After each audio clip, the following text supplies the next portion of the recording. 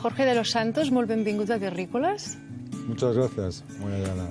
Usted tiene una trayectoria un poco especial, ¿no? Porque es difícil describirlo. Hace artista plástico, es filósofo, analista cultural y también esta formación interdisciplinaria suya obedece también a una trayectoria un poco atípica. ¿Nos la contaría? No, entera no. No, entera no.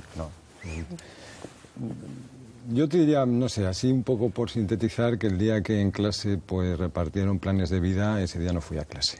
Ah. Básicamente. Ese día me lo perdí. Entonces he tenido que ir improvisando un poco sobre la marcha, ¿no? ¿Eso resulta duro o creativo? Eso resulta un tanto particular, un tanto especial, un tanto esto de estar un poco siempre en el terreno fronterizo, ¿no? El que no seas fácilmente, digamos, clasificable, o sea, llevado a propiedades, a características, es algo yo creo que es enormemente rico. O sea, el día que dejemos a los humanos de vernos como algo, como las cosas, digamos, que se pueden clasificar como propiedades y tal, pues quizá nos enriquezcamos más. De hecho, esto ya se ve venir, digamos, ¿no? En su web, porque la definición, digamos, o sea, el epígrafe es arte, filosofía y funambulismo. Entonces yo, si le parece, le propongo seguir este orden, ¿no? Empecemos por arte.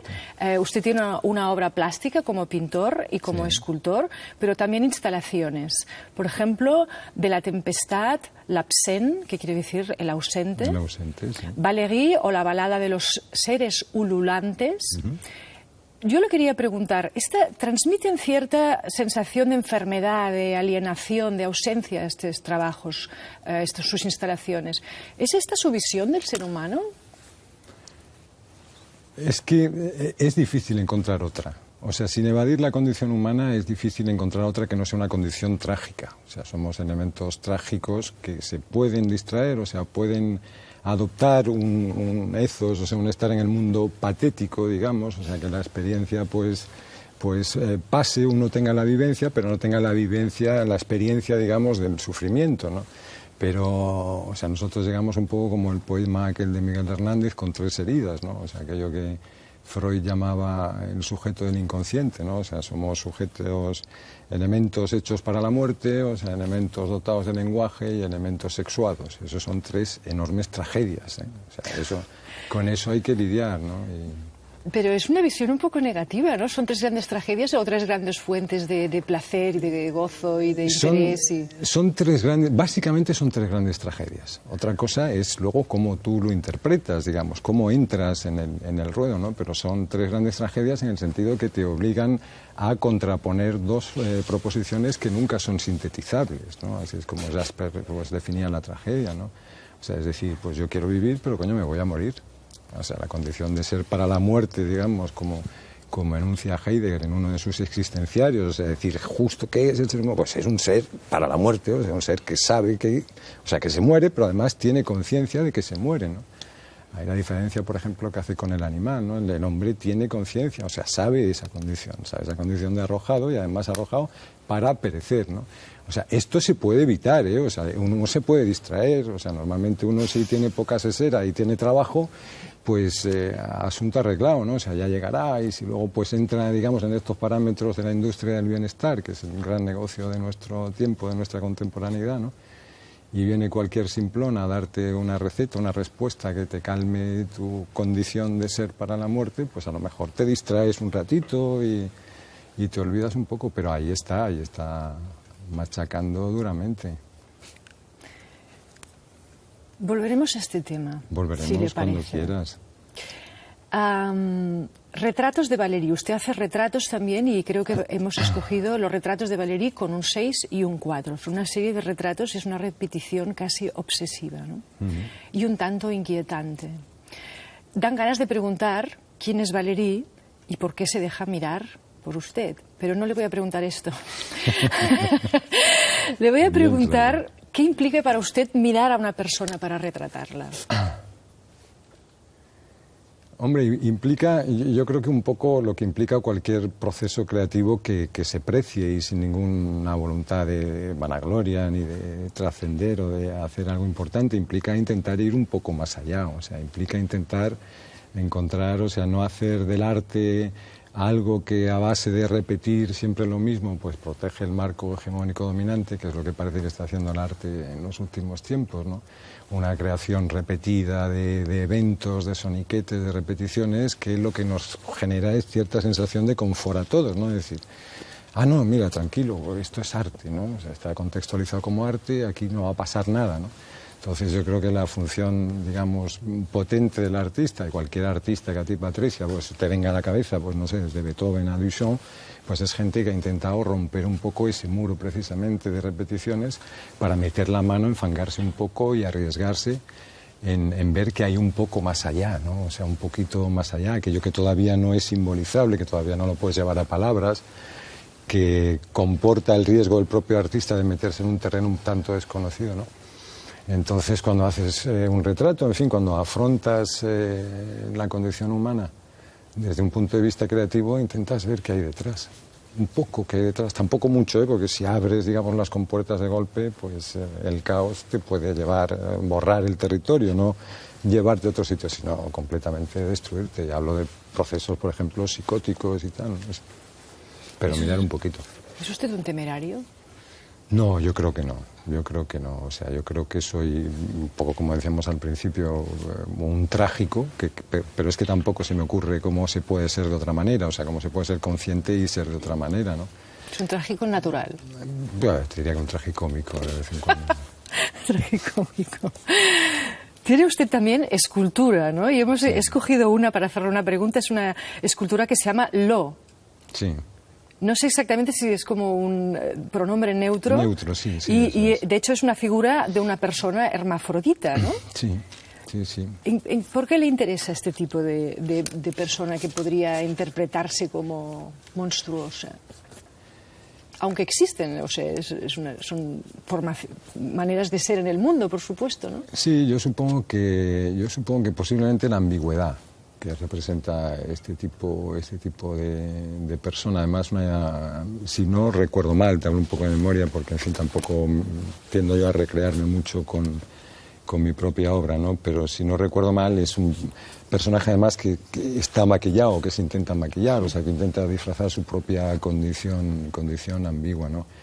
Yo creo que sobre todo lo que se intenta reflejar es la complejidad, o sea, la complejidad del ser humano, o sea, ir un poco en contra, como digamos suelo hacer en otros ámbitos de expresión, no solo pues en la cuestión digamos artística, reflejar esa complejidad e ir contra pues esa voluntad de hacer pues del ser humano una cosa, o sea, algo reducible pues a factores gestionables, algo reducible a utilidades y no pues a dotaciones de sentido, ¿no? Por ejemplo.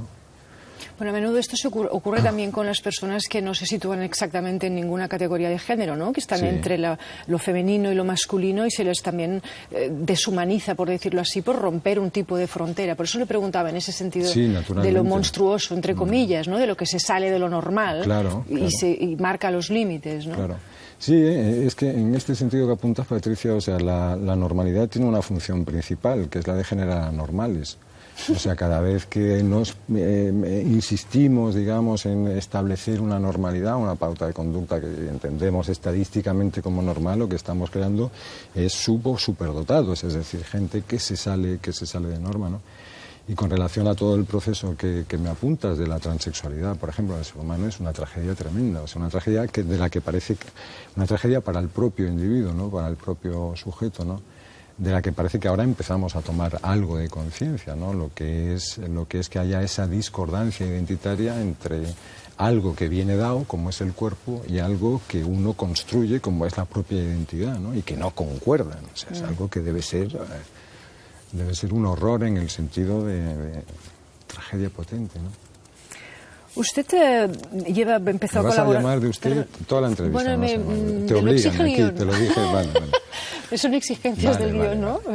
No, pues pero es un signo de respeto, no es de distancia, es siempre de respeto. Vale. Yo creo que el de respeto a la distancia no están reñidos, Es el vosotros ustedes de los andaluces. Yo no sé si me has oído hablar. No. Porque vosotros ustedes, o sea, es un vosotros, que es un tú, pero es un tú, digamos, de respeto. Entonces, cuando te estás dirigiendo, por ejemplo, a un público y quieres mostrar cercanía pero distancia, el andaluz, que es un idioma riquísimo, extraordinariamente, con muchas trampas y muchos argumentos impresionantes, utiliza el vosotros ustedes. Como vosotros ustedes. Se dice seguido vosotros ustedes. Vosotros ustedes. Yo podría decir usted. Eso usted suena es andaluz, más raro. ¿no? En parte. Yo nací, sí, en parte, parcialmente, sí. Yo nací en Sevilla, sí, de mi familia es de Sevilla, en fin, mis abuelos, mis padres son de Sevilla, pero he participado muy poco, digamos, de ese marco tan especial y tan particular que es la cultura andaluza, por llamarlo en mayúsculas. Sí. Bueno, no sé si preguntarle qué es para usted el arte actual, porque casi parece como algo que enlaza con el hecho, o bueno, sería quizá una pregunta.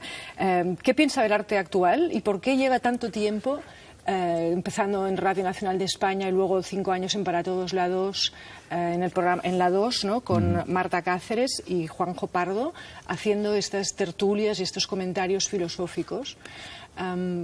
¿Cómo enlaza la filosofía y el arte en su trabajo? Son dos disciplinas que normalmente enlazan muy mal. Quiero decirte, el artista tiene, precisamente por eso de entrar en terrenos que son difícilmente simbolizables, o sea, que tienen poca palabra para utilizar. El artista suele ser alguien como muy diletante, o sea, que picotea en muchos sitios porque necesita alimento creativo, o sea, cosas que le estimulen, pero más que para pensar y para llegar al núcleo duro de eso que está leyendo, sino como para ponerse, ¿no? Y la filosofía es una disciplina distinta, o sea, la lechuza de Atenea siempre decían que despega, o sea, un poco al atardecer, ¿no? O sea, la filosofía parece que ve un poco las cosas después, cuando se ha producido la creación, se ha producido el acontecimiento, esa dotación de sentido lo piensa. Y luego casan mal cuando produces arte, o sea, y eso a mí, por ejemplo, me ha pasado algunas veces, sobreintelectualizas la obra. Pierdes un poco los factores estéticos que tiene que tener la obra, es decir, de generar aístesis, es decir, de generar emociones concretas, ¿no? Y entonces, digamos que le das demasiada vuelta discursiva a la obra. Parece que pueda ser una ventaja, por ejemplo, cuando tienes que vender, entre comillas, una obra, porque tienes más facilidad para generar un discurso, pero en eso, por ejemplo, yo siempre he solido ser muy tajante. O sea, cuando me preguntan qué pintas, pues aquí lo tienes, claro, si te lo pudiera contar no lo pintaba, o sea, te lo contaba, ¿no? Esa es esa trayectoria. Luego, por cuestiones estas de la vida y del azar y de la maravilla de existir, o sea, de irse posicionando fuera de uno mismo, que eso quiere decir etimológicamente existere, o sea, posicionarse fuera, o sea, hacer excéntrico desde una cierta centricidad, pues aparece esa posibilidad de intervenir en ciertos medios públicos de comunicación, como el magnífico programa este Para Todos lados, y hablar y permitir, que es lo que estamos haciendo ahora en el programa, que me parece que es lo verdaderamente sorprendente, y sorprendente una televisión pública, no porque sea pública, sino por los tiempos en los que vivimos, hablar y poner en cuestión el marco ideológico que nos rodea, o sea, en qué nos están convirtiendo, digamos, además sin que nosotros, pues parece que tengamos herramientas o cada vez tengamos menos herramientas para ponerlo en cuestión, ¿no? Esto es una pregunta que le iba a hacer. Parece paradójico, ¿no?, que se haga filosofía crítica, o sea, análisis crítico de la cultura desde un medio de comunicación. La pregunta que iba a hacerle es si es posible, pero hasta cierto punto me la acaba de contestar, ¿no? Es posible, lo están haciendo. Es posible, sí, es posible. No me preguntes porque no conozco los entresijos y los manejos. Es una voluntad, digamos, del director del programa, de Kim Cushar, o sea, es algo que él siempre desde la primera etapa de Para Todos la 2, ahora hará pues 7 años posiblemente, él quiere tener una sección de filosofía social, ¿no?, lo que se llama, donde se analizaran conceptos, digamos, en debate. Entonces organizábamos debates de filosofía en ese programa, que están la gran mayoría colgados en internet, en la propia página del programa, y que tenían un éxito, una acogida enorme, sí. Una acogida muy cariñosa, o sea, muy acogedora, valga la redundancia, por parte del público, ¿no? En esta segunda etapa hemos empezado, llevamos, yo creo que llevo en el programa pues 6, 7 secciones aproximadamente haciendo crítica de la cultura, o sea, crítica de la ideología. O sea, cuando nos venden, por ejemplo, el concepto de felicidad, ¿qué nos están vendiendo? Cuando nos venden el concepto de éxito, ¿qué nos están, por qué nos ofrecen determinado concepto de éxito? ¿Por qué nos quieren llevar hacia ese éxito? ¿Qué significa eso, no? ¿Por qué la industria esta que hablábamos antes del bienestar se ha hecho tan poderosa? Es imperativo de ser feliz a toda costa, por ejemplo, ¿no? ¿Qué supone? O sea, ¿qué nuevo, cómo está interviniendo toda esa ideología en los procesos de subjetivación de todos nosotros? O sea, ¿cómo nos están construyendo como humanos? ¿Cómo nos están, en definitiva, debilitando en cierta medida, ¿no? Y haciendo de nosotros elementos que creen que se realizan por pertenecer a ese sistema, ¿no? O sea, elementos que hacen de su esclavitud, como diría Spinoza en su Ética, que hacen de su esclavitud su realización. Hay mucho ahí que hablar y mucho que pensar. Muchísimo. Yo creo que ustedes además demuestran algo que se dice lo contrario, ¿no? Se dice los espectadores no están deseosos de escuchar este tipo de contenidos y creo que no es cierto, ¿no? Eso es absolutamente falso. O sea, esto es una de las estupideces profundas y además que domina completamente en general todos los medios de intercomunicación humanos, o sea, en Facebook, Twitter, pero también la televisión, y la televisión ha sido uno de los pioneros en potenciar, digamos, la erótica de la relación entre humanos, ¿no? El creer, por ejemplo, que el éxito, y esto lo abordábamos en uno de los últimos programas, que el éxito es algo acumulativo, o sea, que el éxito es tener más de algo, o sea, más dinero, más lecturas de un trabajo académico, más amigos, más coches deportivos, más lo que quieras, ¿no? Entonces, claro, poníamos el ejemplo en este programa de lo que rige los factores de validación de un programa de televisión. Y es el llamar la atención, es el acumular, digamos, gente a la que le has llamado la atención. Y lo ejemplificábamos diciendo que, claro, si yo voy, por ejemplo, contigo, Patricia, a la mano por el parque, la gente le vamos a llamar poco la atención, pero la gente que nos mire nos va a mirar con aprecio. Va a decir, mira, dos personas que se quieren, dos personas que se aprecian, que se van haciendo carantoñas. Si yo en lugar de eso lo que hago es sacarme un zapato y liarme a zapatazos con mi pareja, vamos a llamar muchísimo la atención. O sea, la gente inmediatamente se va a girar, va a decir, o sea, ¿qué está aquí sucediendo, no? Pero nos van a querer muy poco. Quiero decirte, entonces, cuando un programa de televisión de estos repugnantes justifica su éxito como la cantidad, volvemos a lo acumulativo, ¿no? Como la cantidad de espectadores a los que llaman la atención, eso es una falacia, dice, porque no queremos ver eso, detestamos ver eso, lo que pasa es que nos llama mucho la atención. Y eso tiene algo muy perverso detrás, que es el que todos los medios de comunicación y, por ejemplo, la televisión, estén trabajando no a favor del ciudadano, sino estén trabajando a favor de las empresas de marketing, de las grandes corporaciones, porque cuando llamas mucho la atención, generas muchos anuncios. O sea, son empresas de fabricar anuncios los medios de televisión. No están a favor de un ciudadano. Y es una televisión pública, esta vuestra es pública también, sí, ¿no? Claro. Es una televisión pública, nunca puede entrar en esas luchas por llamar la atención. La televisión pública tiene que conseguir ser amada, ser querida, o sea, ser respetada por el público que la sostiene. O sea, tiene que ser esa pareja que pasea cariñosamente por el parque, dignamente, sin querer llamar ninguna atención, y no el violento al que el espabilado, la empresa de turno, le dirá, oye, sí, pero cuando le zurres a tu compañera, ponte una camiseta con mi marca, porque va a haber muchos focos allí, va a haber mucha gente mirándote. Pero la gente ama a la filosofía, o sea, ¿la filosofía nos puede dar la felicidad? La filosofía es algo consustancial al ser humano, o sea, el pensamiento, el preguntarse el por qué. O sea, tú fíjate en los niños, o sea, son grandes preguntas filosóficas. Posiblemente los niños quieren, esas preguntas filosóficas las quieren de cierre, no de abertura, ¿no? Es decir, te pregunta un niño qué es la muerte, lo que quiere es que le digas qué coño es la muerte, o sea, no que le hagas el gran discurso sobre Heidegger y la muerte, ¿no? Sino quiere saber qué es la muerte, pero esas preguntas son preguntas de apertura, o sea, son preguntas que no pueden tener respuesta. O sea, que el que no tengan respuesta es nuestra bendición, porque nos hacen seguir dotándonos de sentido, ¿no? Entonces, claro, el hablar de filosofía, lo que pasa es que se cree que la filosofía es algo que afecta pues simplemente a un ámbito académico, y que entonces, claro, si no conoces lo que es el concepto de la percepción trascendental de Kant, pues ya no entiendes ni bueno, sabes de hecho, debo decir ¿no? que, y he oído decir esto a una persona que era como casi la única superviviente de un departamento que había sido arrasado por los recortes, decirme a mí que era imposible hacer algo bueno acerca de pensamiento y reflexión desde un medio de enunciación como este, queriendo decir televisión. Vale. Es decir, que hay por desgracia, quizá en algunos sectores, espero que muy minoritarios del mundo académico, que también ven dificultoso hacer esta vehiculación. Pero es que la filosofía, Patricia, es un estar en el mundo. O sea, es una actitud frente a la vida. Es una actitud fogosa, es una actitud combativa, es una actitud comprometida, es una actitud trágica, pero no trágica en el sentido de tristona o de que llora o de que se somete, sino que se enfrenta al mundo y pone en cuestión las cosas y pregunta el por qué, pero cuando le das una respuesta te dice, ¿estás seguro?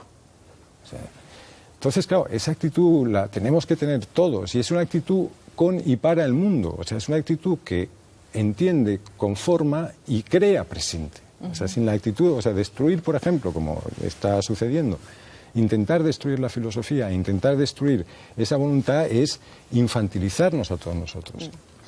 Es quitarnos capacidad simbólica. Pero en este entorno en el que usted ya estaba mencionando, ¿no?, de crear personalidad como marca y del aspecto físico y del consumo, esto está, hasta cierto punto nos está colonizando, ¿no?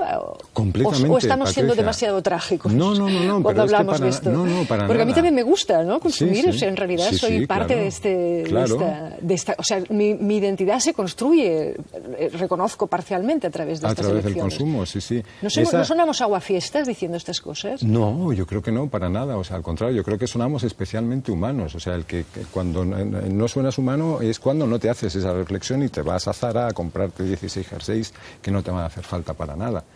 O sea, simplemente porque ahí lo que vas buscando, por ejemplo, que es otra resignificación del concepto de felicidad. El concepto de felicidad se trunca por el de euforia. O sea, ahí lo que quieres obtener es una euforia inmediata. O sea, pero cuando el vacío ontológico, o sea, ese vacío con el que nacemos, o sea, con el que somos arrojados al mundo, lo intentas llenar de cosas, de mercancías, lo único que haces es dilatar el estómago. O sea, no se llena el vacío. Ampliar el vacío. Ampliar el vacío, efectivamente. O sea, acabas con una tripa así, con más hambre que nunca. Pero ves que, ¿por qué? Porque el ser humano necesita dotación de sentido, no necesita utilidades, como nos quieren hacer creer, que solo nos hacen falta herramientas. Entonces esta cuestión, usted ha iniciado un ejército furioso, ¿no? Bueno, sí, ahí estamos, vamos, yo no, somos unos cuantos compañeros que hemos... Nada, es una pequeña y muy modestísima iniciativa en la que precisamente pues intentamos a través de una plataforma en YouTube que lleva ese nombre, el Ejército Furioso, y en el que, bueno, así los elementos más activos son Ana Carrasco Conde, a quien ya conoces, voy a pasar por aquí contigo, y Luis Sainz de la Universidad de Granada, profesores de filosofía los dos.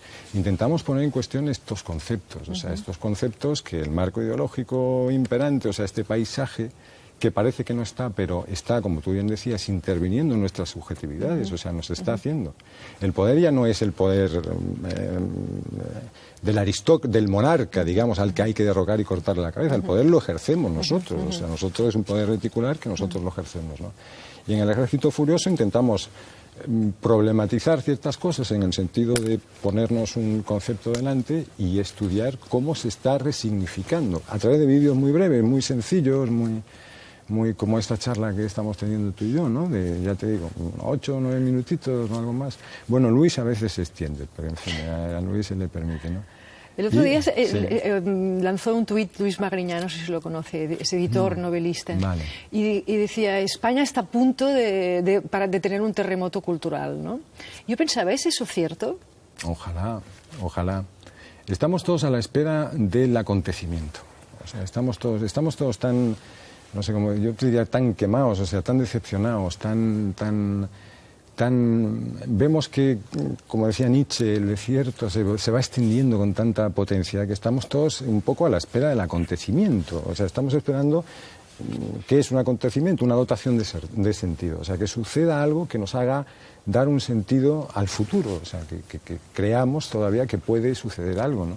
O sea, ojalá se produzca verdaderamente una... Hay gente, Patricia, hay gente en las universidades de matemáticas, de ciencias físicas, de filosofía, gente con una capacidad extraordinaria, con una inquietud, con una necesidad, de generar sentido, o sea, de entender. no confundir con utilidades. O sea. Yo creo que es interesante esto precisamente, ¿no? Que hay mucha gente joven y no tan joven, ¿no? Que están como formando parte, o al menos deseando este tipo de acciones como el Ejército Furioso o un terremoto cultural, algo que empiece a hacer progresar la manera de pensar, la mentalidad, ¿no? de un país, ¿no? Sí, sobre todo algo que nos devuelva nuestra condición de seres humanos. O sea, el humano es un animal que necesita simbolizar, o sea, que necesita para existir tener esa capacidad de generar sentidos, o sea, de generar marcos de comprensión que le permitan comprender el mundo, para crear el mundo, ¿no?